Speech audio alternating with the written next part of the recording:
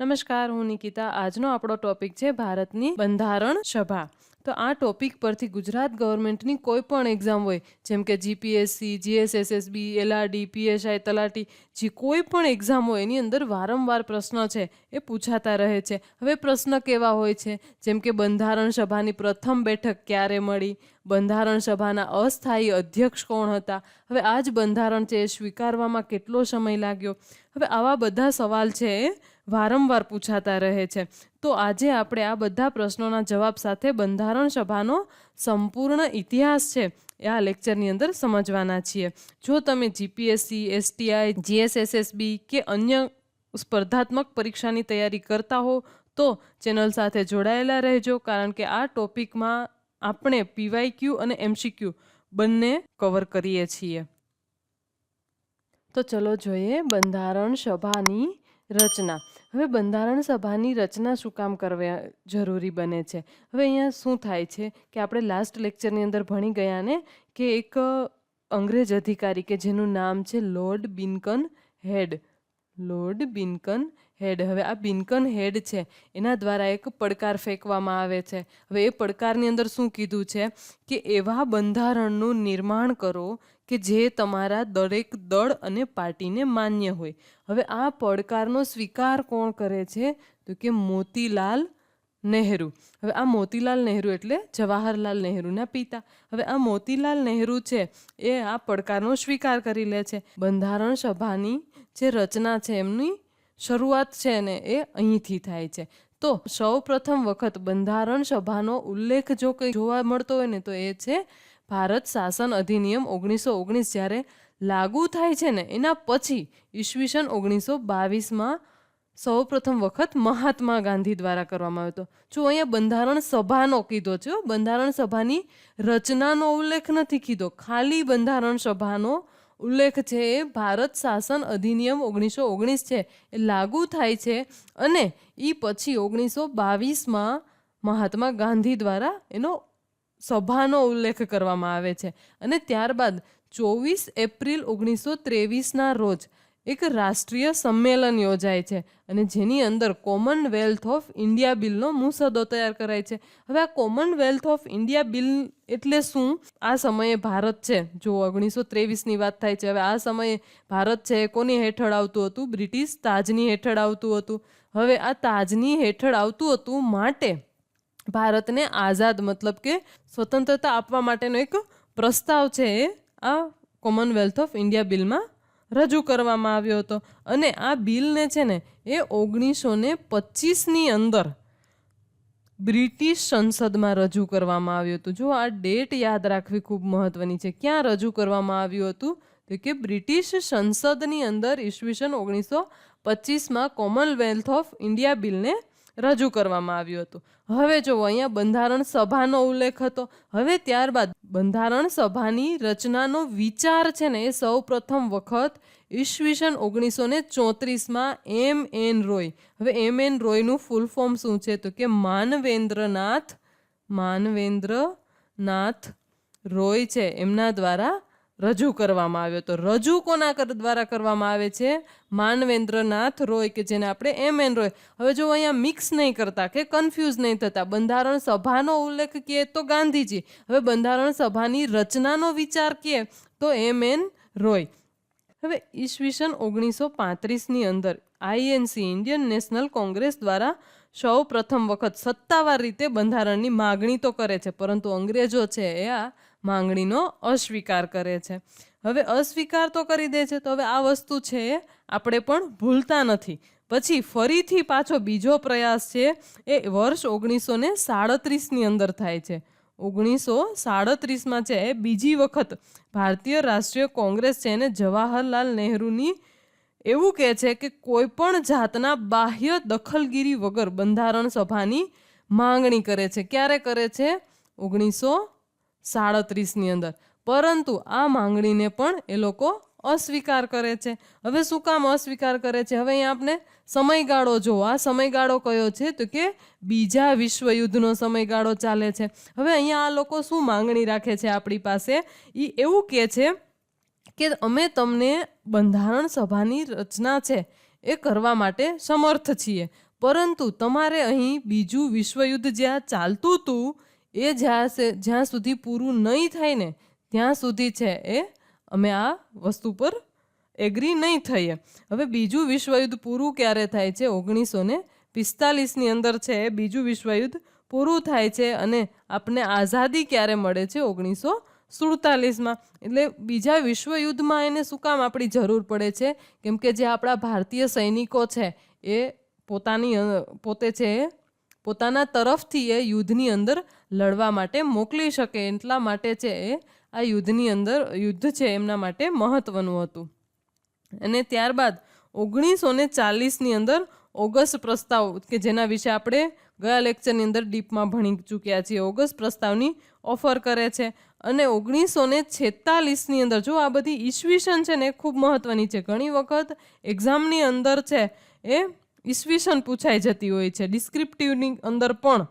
1946માં ત્રણેય સભાનું cabinet mission આવ્યું છે. હવે આ કેબિનેટ મિશન વિશે પણ આપણે ગયા લેક્ચરની અંદર ભણી ચૂક્યા છીએ.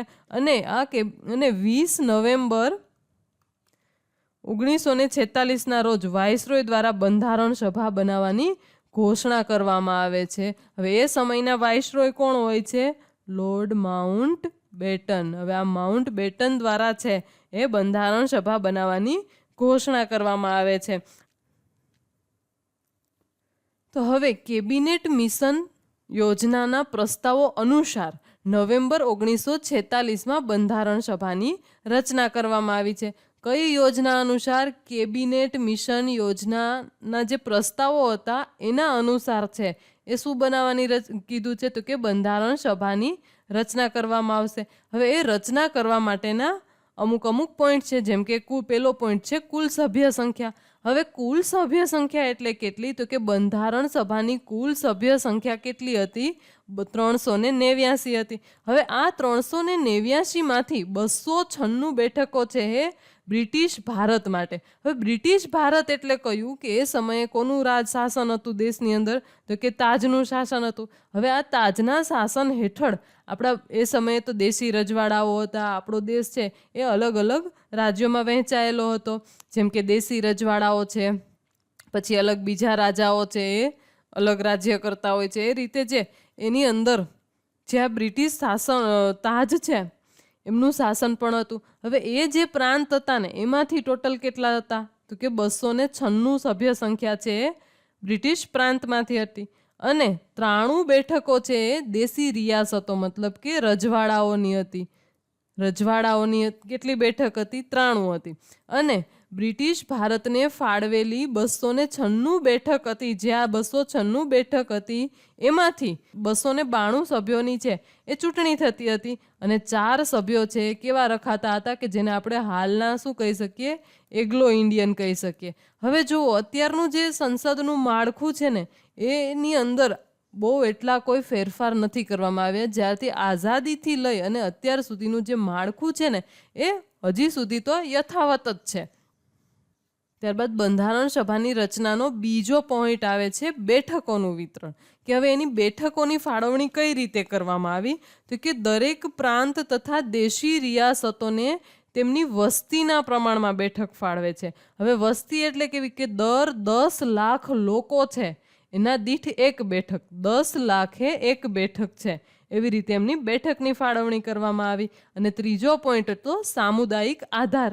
હવે સામુદાય આધાર હતો, એની અંદર શું હતું? તો કે પ્રતિનિધિત્વ છે બ્રિટિશ પ્રાંતોને ફાળવેલી બેઠકોનું વિતરણ 3 મુખ્ય સમુદાયના વસ્તીના પ્રમાણમાં કરવામાં આવતું હતું. હવે 3 મુખ્ય સમુદાય કયા કયા હતા? તો પહેલો હતો મુસ્લિમ, બીજો શીખ, ત્રીજો સામાન્ય વર્ગ. સામાન્ય વર્ગ એટલે કયો વર્ગ? તો કે જે શીખ અને મુસ્લિમ સિવાયનો જે વર્ગ હતો એને સામાન્ય વર્ગ કહી શકીએ. હવે આ ત્રણેય સમુદાયો છે તેમને તેમની વસ્તીના પ્રમાણે પ્રતિનિધિત્વ છે આપવામાં આવ્યું હતું. વસ્તીના પ્રમાણે એટલે કેટલી વસ્તી? તો કે 10 લાખે એક વ્યક્તિ. તો હવે એમની જેટલી કાંઈ વસ્તી હશે એને પ્રમાણમાં એમનું જે છે એ પ્રતિનિધિત્વ આપવામાં આવ્યું હતું. હવે અહીં તો જુઓ તમે, હજુ સુધી છે ને એ ભારત અને પાકિસ્તાનના ભાગલા નથી પડ્યા. એટલે આપણે ભારત અને પાકિસ્તાન છે એ બંને એક જ છે. પરંતુ આ બધી જે વાત થાય છે ને એ ભારત અને પાકિસ્તાન બંને દેશોની જ વાત થાય છે. હજી ભાગલા નથી પડ્યા. કેમ કે જે આ બધી બેઠકો છે 296 બેઠકો, એ બધી બેઠકો કોના બેયને ભારત અને પાકિસ્તાન બંને થઈને જ 296 બેઠકો હતી હો. અને ત્યારબાદ દરેક સમુદાયના પ્રતિનિધિઓ છે એમની પસંદગી છે એ સમુદાયના સભ્યો દ્વારા જ કરવામાં આવતી હતી. હવે માનો કે કોઈ વ્યક્તિ છે એ મુસ્લિમ છે. હવે આ મુસ્લિમ સમુદાય છે એમનો પ્રતિનિધિ કોણ હશે? તો કે એનો મુસ્લિમ સભ્ય છે એ જેમનો પ્રતિનિધિ હશે. એમાંનો જ કોઈ એક માણસ છે એમનો પ્રતિનિધિ હશે. અને આ છે એકલ સંક્રમણીય મત પદ્ધતિ દ્વારા સામાનુપાતિક પ્રતિનિધિત્વના આધારે છે મતદાન થયું હતું. હવે મતદાન કઈ પદ્ધતિ દ્વારા થયું હતું? એકલ સંક્રમણી. એકલ સંક્રમણી એટલે શું? કે એક વ્યક્તિ છે એક જ મત આપી શકે. અને દેશી રિયાસતોના પ્રતિનિધિઓની પસંદગી છે એ રિયાસતોના શાસકો દ્વારા કરવામાં આવી હતી. હવે શાસકો એટલે કોણ? તો કે રાજા છે એ એમના રાજ્યમાંથી કોઈ પણ વ્યક્તિને એ છે મોકલી શકતો હતો કે આને છે બંધારણ સભાની જે રચના હતી એની અંદર ભાગ લેવા માટે. જ્યાં દેશી રાજાઓ હતા એ પોતાના રાજ્યમાંથી કોઈ પણ વ્યક્તિને મોકલતા હતા. અને ઘણા રાજા તો એવા જ હતા કે જે આ બંધારણ સભાની જે કંઈ પ્રક્રિયા થતી હતી ને એમાં ભાગ જ નહોતા લેતા. એ આપણે આગળ ભણીશું. જો અહીંયા સુધી ક્લિયર છે ને, કન્ફ્યુઝ નહીં થતા, બુક અને પેન જોડે રાખજો. ઈસવીસન, સભ્યો એ બધું તમે લખતા જજો હારે હારે. હવે અહીંયા સુધી આપણે વાત કરી બંધારણ સભાની રચના. હવે બંધારણ સભાની રચના છે એ તો પૂરી થઈ જાય છે. હવે રચના થઈ જાય છે, બાકીના સભ્યો જે છે એમની ચૂંટણી કેવી રીતે થશે? તો કે હવે બંધારણ સભાની ચૂંટણી છે એ જુલાઈથી ઓગસ્ટ 1946 દરમિયાન યોજાઈ હતી. જો આ બધી તારીખો છે ને એ મહત્વની છે. હવે બ્રિટિશ ભારત માટે ફાળવવામાં આવેલી 296 બેઠકો છે. હવે એ બેઠકોમાંથી ઇન્ડિયન નેશનલ કોંગ્રેસ મતલબ INCને મળે છે 208 બેઠકો છે એ INC હેઠળ આવે છે. મુસ્લિમ લીગ એ સમયની જે આ પાર્ટીઓ છે, ઇન્ડિયન નેશનલ કોંગ્રેસ, મુસ્લિમ લીગ, બાકીના જે આ નાના નાના જૂથો હતા. હવે મુસ્લિમ લીગને ત્યારે 93 બેઠકો મળે છે અને નાના જૂથો અને સ્વતંત્ર ઉમેદવારોને કુલ 15 બેઠકો છે એ મળી હતી. આ બધી થઈ અને 296 બેઠકો થઈ જાય. હવે જો કે દેશી રજવાડાઓ કે રિયાસતો હતા એમને 93 બેઠકો ફાળવવામાં આવી હતી, પરંતુ એ બેઠક જ નહોતી ભરાય. શું કામે? કેમ કે મેં આગળ કીધું ને કે ઘણા રિયાસતો હતા એને પોતાને બંધારણ સભાથી શું કર્યું હતું? અલગ રાખવાનો નિર્ણય લીધો હતો કે અમે જેમ કરીએ છીએ ને એ બરાબર છે, અમારે કોઈ એક ભારત દેશ કે એવો કોઈ દેશ બનાવવો નથી, અમે અમારા રાજ્ય પૂરતા સીમિત છીએ, બરાબર છે, અમે રાજા છીએ, ધેટ્સ ઇનફ. એ લોકો છે એ કોઈ એક દેશ બનાવવા માટે ઈચ્છતા ન હતા. હવે એમની ચૂંટણી પણ થઈ જાય છે, એમની બેઠકો પણ ફળવાઈ જાય છે. હવે એની બંધારણ સભા છે એને કંઈક કાર્ય પણ કરવું પડશે. તો હવે એમની કાર્ય પદ્ધતિની અંદર શું હતું કે બંધારણ સભાની પ્રથમ બેઠક મળે છે 9 ડિસેમ્બર 1946ના રોજ છે એ બંધારણ સભાની પ્રથમ બેઠક મળે છે. અને આ બેઠકની અંદર મુસ્લિમ લીગ છે એ આ બેઠકનો શું કરે છે? બહિષ્કાર કરે છે. અને હવે જોવો અહીંયા અત્યાર સુધી ભારત અને પાકિસ્તાન છે એ એક હતા, પરંતુ હવે એને અલગ પાકિસ્તાનની પોતે માંગણી કરતા હતા, પરંતુ ઓફિશિયલ માંગણી નહોતા કરતા કે કોઈની સામે આવીને કે ભાઈ અમારે અલગ જ દેશ બનાવવો છે. મોહમ્મદ અલી જીના ને ગાંધીજી એ બધા એવું, ગાંધીજી છે એ એક દેશ ઈચ્છતા હતા, જ્યારે મોહમ્મદ અલી જીના છે ભારત અને પાકિસ્તાન એમ 2 અલગ અલગ દેશ ઈચ્છતા હતા. અંતે તો 2 જ દેશ બને છે. અને એ રીતે છે પાકિસ્તાનની માંગ છે પોતાની, એના પર મુસ્લિમ લીગ છે અડગ રહે છે. ને તેથી આ બેઠકની અંદર માત્ર ને માત્ર કેટલા 211 સભ્યોએ જ ભાગ લીધો હતો. કુલ કેટલા સભ્યો હતા? 296 સભ્યો હતા. એમાંથી કેટલા સભ્યોએ ભાગ લીધો? ખાલી ને ખાલી 211 સભ્યોએ. જો આ સભ્યો અને આ તારીખો અને આ બધું મહત્વનું છે. હું તમને ફરી એકની એક વસ્તુ કહું છું, અને અહીંયા સુધી ક્લિયર હોય તો કમેન્ટ સેક્શનની અંદર યસ જરૂરથી લખજો. હવે આ 211 સભ્યો છે એની અંદર હવે ફ્રાન્સની પરંપરા મુજબ ફ્રાન્સની અંદર એ સમયે શું હતું કે વરિષ્ઠ સભ્યો હોય એને એ સભાના અધ્યક્ષ બનાવવામાં આવતા હતા. તો એ જ પરંપરા મુજબ, એ જ પરંપરા છે એને અહીં જાળવી રાખે છે. અને એ પરંપરા મુજબ સચ્ચિદાનંદ સિન્હા કે જે બંધારણ સભાના અસ્થાયી અધ્યક્ષ તરીકે પસંદ કરવામાં આવે છે. કેવા અધ્યક્ષ? અસ્થાયી અધ્યક્ષ તરીકે કોની પસંદગી કરે છે? સચ્ચિદાનંદ સિન્હાની. હવે 11 ડિસેમ્બર 1946ના રોજ છે એ ડૉક્ટર રાજેન્દ્ર પ્રસાદ છે બંધારણ સભાના અધ્યક્ષ બને છે. કોણ બને છે બંધારણ સભાના અધ્યક્ષ? તો કે રાજેન્દ્ર પ્રસાદ. અને એચ.સી. મુખર્જી છે એ ઉપાધ્યક્ષ બને છે બંધારણ સભાના. અને સર B.N. રાવ છે બંધારણ સભાના બંધારણીય સલાહકાર તરીકે નિયુક્ત કરવામાં આવે છે. હવે આ એની કાર્યપદ્ધતિ પણ સમજાઈ ગઈ. હવે આપણે એમના પ્રસ્તાવો, જેમાં કે ખાસ મહત્વનો પ્રસ્તાવ ઉદ્દેશ્ય પ્રસ્તાવ.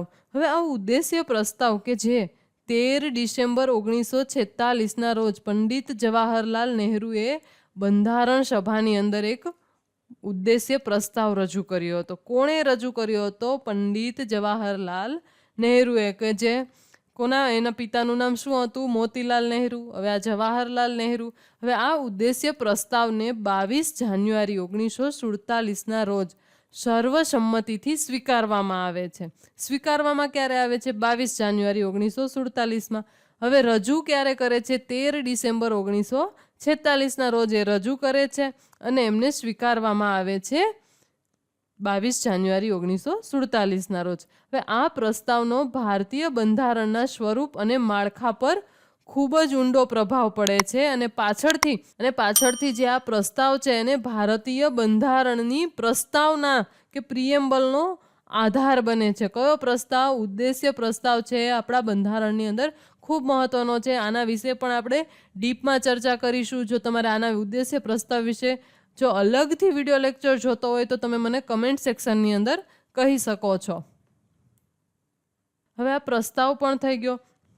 અને ત્યારબાદ હવે બંધારણની સમિતિઓ, કે શું કામે આ બધી બંધારણ સભા જે છે એને બનાવવા માટે કેટલી બધી સમિતિઓ બનાવવામાં આવી હતી, પરંતુ એમાંથી મુખ્ય છે ને એ 8 જ સમિતિ હતી. અને આ 8 સમિતિ કંઈક આ રીતે છે. એમાં પહેલી સમિતિ હતી સંઘ શક્તિ સમિતિ. હવે સમિતિના અધ્યક્ષ કોણ હતા? જવાહરલાલ નહેરુ. બીજી હતી સંઘીય બંધારણ સમિતિ. એમના અધ્યક્ષ પણ જવાહરલાલ નહેરુ હતા. પછી ત્રીજી હતી પ્રાંતીય બંધારણ સમિતિ. એના પ્રાંતીય જ્યાં કાંઈ શબ્દ આવશે ને ત્યાં સરદાર વલ્લભભાઈ પટેલ હશે. શું કામે? કેમ કે એમને દેશી રજવાડાઓ કે જે પ્રાંતો છે એમને એકીકરણ કરી અને ભારત દેશ સાથે કે સંઘ સાથે જોડવામાં પોતાનું ખૂબ મહત્વનું યોગદાન આપ્યું હતું. એટલે સરદાર વલ્લભભાઈ પટેલ. પ્રારૂપ સમિતિ, આ સમિતિ ખૂબ જ મહત્વની છે. પ્રારૂપ સમિતિ છે એમના અધ્યક્ષ કોણ હતા? B.R. આંબેડકર. અને ત્યારબાદની સૌથી મોટી સમિતિ એ હતી મૂળભૂત અધિકારો, અલ્પસંખ્યકો, જનજાતિઓ તથા બહિષ્કૃત વિસ્તાર અંગેની સલાહકાર સમિતિ. એમના અધ્યક્ષ પણ કોણ હતા? જનજાતિ, મૂળભૂત અધિકારો, પાછા કોણ આવ્યા? સરદાર વલ્લભભાઈ પટેલ. પછી હતી પ્રક્રિયા નિયમ સમિતિ. એના અધ્યક્ષ હતા રાજેન્દ્ર પ્રસાદ. પછી છે રાજ્યોની સમિતિ કે દેશી રિયાસતો સાથે વાટાઘાટ. તો એમાં હતા જવાહરલાલ નહેરુ. અને 8મી અને છેલ્લી મહત્વની સમિતિ છે સંચાલન સમિતિ, કે જેના અધ્યક્ષ છે રાજેન્દ્ર પ્રસાદ. હવે આ 8 સમિતિ સિવાયની પણ ઘણી બધી બાકીની સમિતિઓ હતી કે જે એક્ઝામ પોઈન્ટ ઓફ વ્યૂથી છે એટલી કોઈ મહત્વની નથી. કે અત્યારની પેટર્ન મુજબ એક્ઝામની અંદર આ 8 સમિતિઓ છે ને એ સમિતિના નામ અને એના અધ્યક્ષ છે એ તમે ખાસ યાદ રાખજો. કેમ કે ગમે ત્યારે ગમે એ સમિતિ છે એ જોડકાના સ્વરૂપમાં પૂછાઈ શકે છે, એટલા માટે. પ્રારૂપ સમિતિ કે જેને આપણે આગળ જતા ખરડા સમિતિ પણ કહી શકીએ છીએ. કેવી સમિતિ? ખરડા સમિતિ. હવે આની રચના છે પ્રારૂપ સમિતિની એ થઈ હતી 29 ઓગસ્ટ 1947ના રોજ છે પ્રારૂપ સમિતિની રચના કરવામાં આવી હતી. હવે આ સમિતિ છે ને એના બધી સમિતિ વિશે આપણે ડિટેલમાં ચર્ચા કરીશું, પરંતુ સ્ટેપ બાય સ્ટેપ આગળના જે લેક્ચરની અંદર આપણે જેમ જેમ આગળ વધતા જઈશું ને એવી જ એમ આ બધી સમિતિઓ વિશે આપણે ડીપમાં ચર્ચા કરતા જઈશું.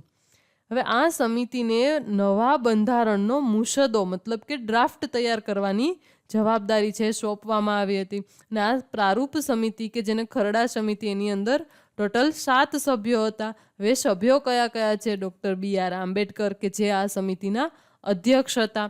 બીજા છે N ગોપાલ સ્વામી અયંગર. ત્રીજા છે અલ્લાદી કૃષ્ણ સ્વામી અય્યર. પછી આવે છે ડૉક્ટર KM મુનશી. પછી છે સૈયદ મોહમ્મદ સાદુલ્લા. પછી આવે છે N માધવરાવ.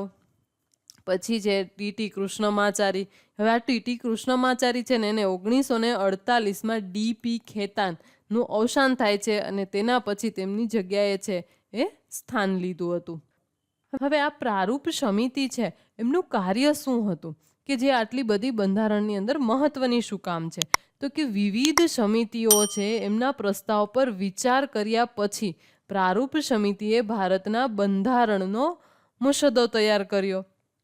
વિવિધ સમિતિ એટલે કઈ કઈ સમિતિ? કે જે આપણે આગળની 8 સમિતિ જોઈ એના સિવાયની પણ બાકી બહુ બધી સમિતિઓ હતી. એ બધી જ સમિતિઓ પર વિચાર કરી, એમના પ્રસ્તાવો પર વિચાર કર્યા પછી એક પ્રારૂપ સમિતિએ જે બંધારણ બનાવવાની જે આપણે વાત થાય છે એ બંધારણ પર પ્રથમ મુસદ્દો છે એ તૈયાર કરે છે અને જે ફેબ્રુઆરી 1948ની અંદર પ્રકાશિત કરવામાં આવ્યો. અને ભારતના લોકો અને હિતધારકોને આ મુસદ્દા અંગેની સૂચનો અને ટિપ્પણીઓ આપવા માટે 8 મહિનાનો સમય આપે છે. હવે આ પ્રસ્તાવ છે કોની સમક્ષ મૂકવામાં આવે છે? ભારતના લોકો અને ભારતનું જે હિતધારકો છે કે હિત ઈચ્છતા હોય એવા લોકો સામે છે આ પ્રસ્તાવ મૂકવામાં આવે છે. અને એ પ્રસ્તાવ મૂક્યા પછી 8 મહિનાનો એમના પર વિચાર કરવા માટે સમયગાળો આપવામાં આવે છે.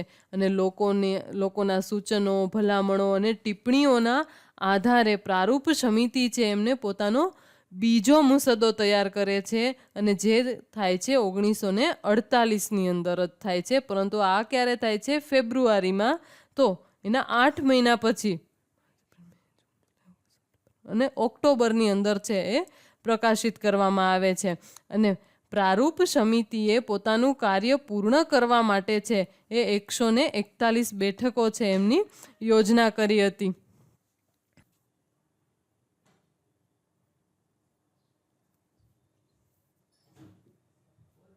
હવે આપણે બંધારણ સભાની રચનાથી લઈ એમની ચૂંટણી, એમની કાર્યપદ્ધતિ, ઉદ્દેશ્ય પ્રસ્તાવ, બંધારણ સભાની સમિતિઓ, પ્રારૂપ સમિતિ, હવે આ બધા વિશે આપણે વાત કરી. હવે આ બધાની અંદર હવે છેલ્લે આવશે બંધારણનું અમલીકરણ કે હવે જે આપણું બંધારણ છે એ અહીંયા ઓલમોસ્ટ તૈયાર થઈ ગયું છે.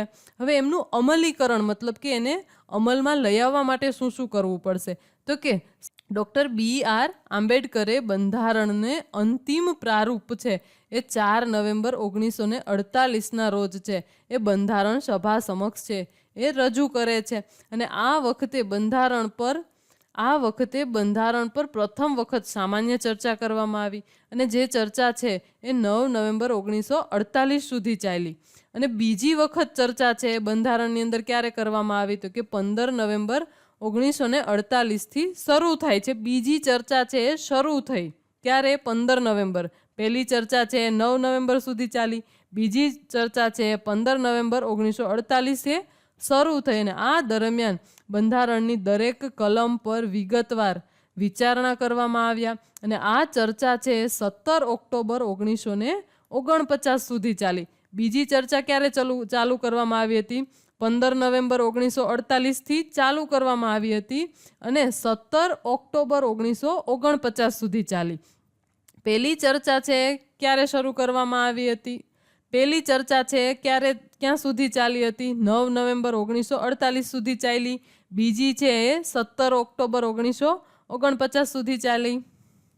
ને આ સમયગાળા દરમિયાન કુલ 7653 સુધારા પ્રસ્તાવો રજૂ થયા. હવે આ ચર્ચાનો જે કાંઈ સમયગાળો હતો એની અંદર ટોટલ બંધારણની અંદર 7653 સુધારાઓ છે એ સુધારાના જે પ્રસ્તાવો છે એ રજૂ થયા હતા. અને તેમાંથી 2473 સુધારા પ્રસ્તાવો પર વાસ્તવની અંદર ખરેખર જો કોઈ ચર્ચા કરવામાં આવી હોય તો એ 2473 સુધારા પર ચર્ચા કરવામાં આવી. અને ત્યારબાદ ત્રીજી વખત બંધારણની ચર્ચા છે ક્યારે શરૂ થાય છે? નવેમ્બર 1949થી શરૂ થાય છે. અને ડૉક્ટર આંબેડકરે the constitution as settled by the assembly be pressed એવો પ્રસ્તાવ છે એ રજૂ કરે છે. કઈ? ત્રીજી વખત ચર્ચા દરમિયાન. અને આ પ્રસ્તાવમાં 26 નવેમ્બર 1949ના રોજ છે એ સ્વીકાર કરવામાં આવે છે અને બંધારણને પસાર કરવામાં આવ્યું. ક્યારે પસાર કરવામાં આવે છે બંધારણ? 26 નવેમ્બર 1949ના રોજ છે એ બંધારણ પસાર. અને એ દિવસે બંધારણ સભાના કુલ જ્યારે આ બંધારણ છે એ બંધારણ સભાની અંદર પસાર કરવામાં આવે છે ને એ દિવસે બંધારણ સભામાં કુલ 299 સભ્યો છે. એમાંથી 284 સભ્યો છે એ હાજર હતા. હવે અહીંયા જુઓ 299 સભ્યો. પેલા કેટલા હતા જ્યારે ભારત અને પાકિસ્તાન હતું ત્યારે? 296. હવે બાકીના અહીંયા ભારત મતલબ કે અહીંયા પાકિસ્તાન અને ભારત એમ બંને દેશ છે ફાઇનલી છે એ અલગ થઈ ગયા. માટે અહીંયા કેટલા સભ્ય વધે છે? ભારતના 299 સભ્યો. હવે આ 99માંથી કેટલા હાજર છે? 284 સભ્યો છે એ હાજર હતા અને તેમને બંધારણ પર હસ્તાક્ષર કર્યા. કેટલા સભ્યોએ હસ્તાક્ષર કર્યા? 284 સભ્યોએ પોતાના હસ્તાક્ષર મતલબ કે સિગ્નેચર કરી. અને બંધારણની પ્રસ્તાવનામાં 26 નવેમ્બર 1949ની તારીખનો ઉલ્લેખ કરવામાં આવ્યો. કારણ કે આ દિવસે ભારતના લોકોએ બંધારણને સ્વીકાર કર્યું અને અમલમાં મૂક્યું અને પોતાને અર્પણ કર્યું. અને 26 નવેમ્બર 1949ના રોજ છે એ સ્વીકારવામાં આવેલ બંધારણની અંદર 395 અનુચ્છેદો, 8 અનુસૂચિઓ હતી. તેમજ બંધારણની કેટલીક જોગવાઈઓ છે એ તરત જ અમલમાં આવી ગઈ હતી. અને જ્યારે બાકીનું સંપૂર્ણ બંધારણ છે એ 26 જાન્યુઆરી 1950ના રોજ છે એ અમલમાં આવ્યું હતું. મિત્રો, જો આ લેક્ચર તમને ઉપયોગી લાગ્યો હોય તો વિડીયોને લાઈક કરજો, તૈયારી કરતા મિત્રો સાથે શેર કરજો અને આવી જ સરળ અને એક્ઝામ ઓરિએન્ટેડ તૈયારી માટે ચેનલને સબસ્ક્રાઈબ કરજો. અને ફરી મળીએ નવા ટોપિક સાથે. જય હિન્દ, જય ભારત.